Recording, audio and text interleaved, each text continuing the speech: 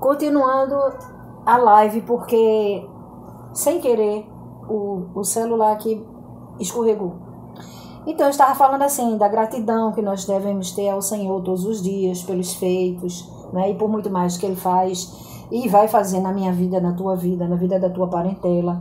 Gratidão. E eu estava dando o exemplo da passagem bíblica que o Senhor, que na palavra de Deus está escrito, que o exemplo, né, da passagem bíblica aqui tem os dois alicerces. Aquele que a casa é alicerçada na rocha, que é Cristo Jesus, e aquela que é alicerçada na areia, né, que não tem uma estrutura espiritual.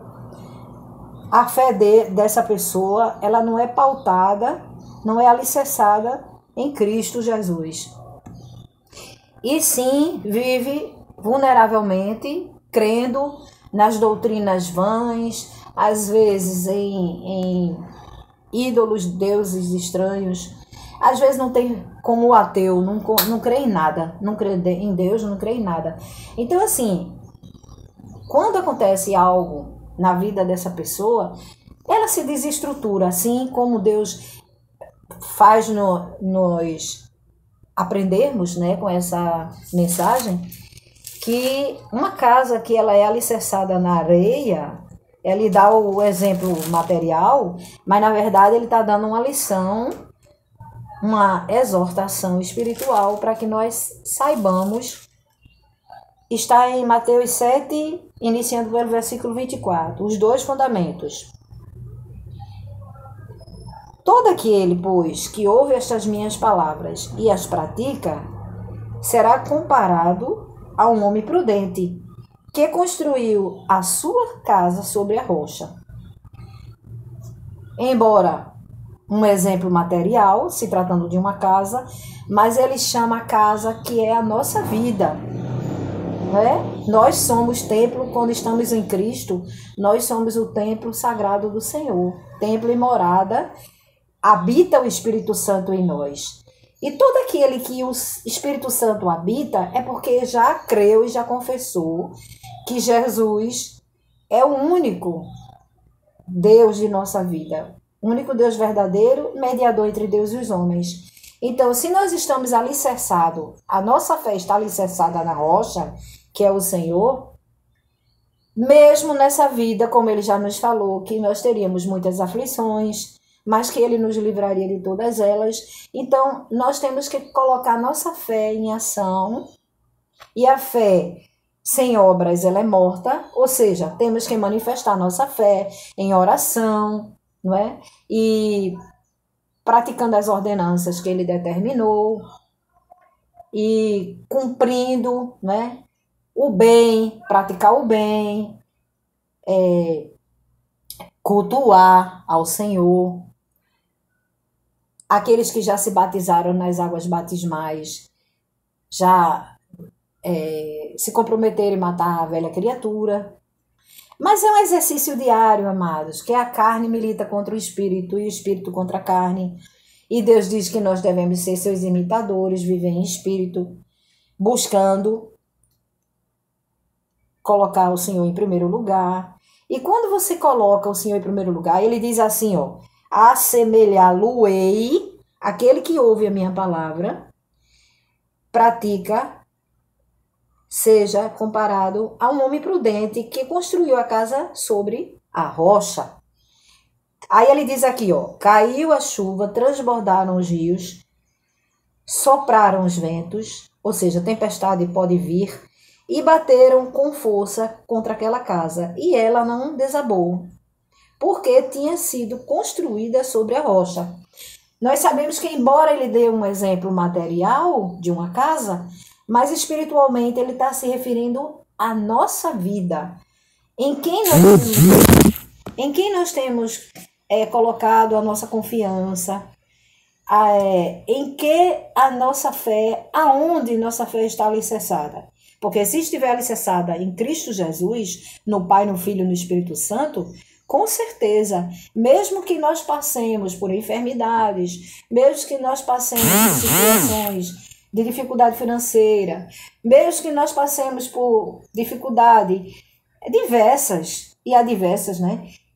de alguém na família que, sei lá, ou marido ou esposa que esteja desviado, esteja em lugares bebendo e assim, estou dando exemplos por diversas situações na vida, mas que a pessoa, se estiver alicerçada na rocha que é o Senhor, ela vai continuar tendo fé e o Senhor com certeza vai responder aquela situação, vai dar solução, vai dar cura, né? Vai libertar cativos. Eita glória, aleluia. Aí tem um outro exemplo aqui, amado, da casa que ela é construída na areia. E todo aquele que ouve estas palavras e não as pratica será comparado a um homem insensato que construiu a sua casa sobre a areia, caiu a chuva, transbordaram os rios, sopraram os ventos, bateram com força contra aquela casa. Aqui se trata de uma tempestade, né? Ele dá exemplo material, mas nós sabemos que, na verdade, o exemplo nos traz para a realidade que é espiritual. E ela desabou sendo grande e ruim naquela casa. Ela veio a ser destruída. Por quê? Porque quando a pessoa não põe sua fé no devido Senhor, único Deus, Salvador, e fica colocando a sua fé em objetos, fica colocando sua fé em idolatrias, dificilmente. Por que eu digo dificilmente? Porque às vezes, amado, aquela pessoa tem êxito sim, porque tem alguém orando por ela. E Deus sabe que ela ama a Deus e vai estar com o Senhor. Mesmo que momentaneamente ele não esteja, mas o Senhor, ele sonda nossos corações, esquadrinha e prova os nossos pensamentos. Então ele sabe, ele é onisciente, ele sabe, antes que o pensamento venha na nossa cabeça, ele já nos conhece. Então, sendo assim, ele sabe que ainda vai ser dele e aquele que nunca vai ser dele. Isso foi desde aquela época que ele foi crucificado. Muitos deles, né, o Senhor sendo judeu, muitos judeus o reconheceram, mas muitos o rejeitaram. Então o Senhor sabe que existem pessoas que ainda não estão em Cristo, mas como o Senhor sabe o futuro, o presente, o futuro, tudo que ainda vai acontecer, como eu, como você, quando ainda não éramos dele, ainda não éramos filhos de Deus, eram apenas criaturas, mas ele já sabia o que havia em nós. Ele já nos conhece desde o ventre, ainda informes, né? No ventre de nossa mãe, que ainda não tinha sido nem gerado, mas quando foi gerado, o Senhor já nos conhecia. Então, ele que diz assim, eu escolhi a vós, não foi vós que me escolheste. Então, o Senhor conhece. Então, muitas das vezes, mesmo a pessoa não estando em Cristo, mas tem alguém intercedendo por aquela vida. Então, a pessoa vai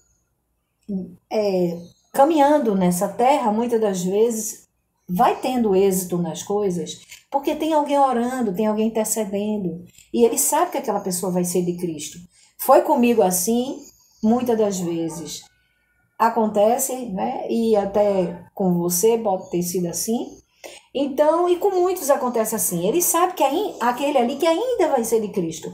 Então, esse exemplo aqui, essa passagem bíblica, é para que nós saibamos que nós devemos, confirmando o Espírito Santo, toda a Bíblia, que nós devemos, aquele que ainda não reconheceu o Senhor, deve reconhecer, para que na sua vinda, até a sua vinda, a pessoa se arrependa e se renda a Ele, reconheça-o como um único, suficiente, exclusivo e eterno Salvador, para que nesta vida, mesmo diante das adversidades, ele tenha êxito, não é? Ele é abençoado, Deus livra de todo mal a ele e a família, ele possa não perder a salvação dele, né? Ele venha ter a vida eterna. João 17:3. E a vida eterna é esta, que conheçam a ti só, o único Deus verdadeiro, e a Jesus Cristo, aquele que tu enviaste. Então, por que a ti só? Porque quem tem ao Senhor não precisa ter ídolos, não precisa ter deuses. Isaías 43:11. Eu sou o Salvador. O Senhor, ele disse, e fora de mim não há salvação. Não há Salvador fora do Senhor. E também Isaías 42:8. Eu sou o Senhor, este é o meu nome, e a minha glória, a outra eu não a darei, nem a imagem esculpida pelas mãos humanas. Quer dizer, a pessoa não deve estar colocando a sua fé em ídolos, em imagens feitas pelas mãos humanas, que até para se deslocar de um lugar para outro, alguém tem que transportar ela, porque ela não nada faz, nada cheira, entendeu? Nem a própria imagem da mãe dele, de Maria. Maria, nós sabemos que foi uma mulher que na época era virgem, Deus encontrou virtude nela, usou o anjo Gabriel para dar a mensagem, salve agraciada, bendita tu és entre as mulheres, e que ela ia ser gerado nela, o Filho de Deus, né, o Altíssimo, que tiraria o pecado do mundo. Esse se chamaria Jesus, e ela questionou como seria isso, se ela não tinha conhecido ninguém, ou seja, não tinha tido intimidade nem com o noivo dela, com José. Aí ele explicou que era pelo Espírito, obra do Espírito Santo, né? Seria Deus que estaria fazendo isso. Ela engravidaria espiritualmente. Deus estava fazendo aquilo, o mistério de Deus. Então, que ela ia colocar o nome dele. Então, ele em sonho, até José se afastou um tempo de Maria, para que ela não fosse, não passasse, né, por opróbrio diante das pessoas, uma mulher virgem aparecer grávida.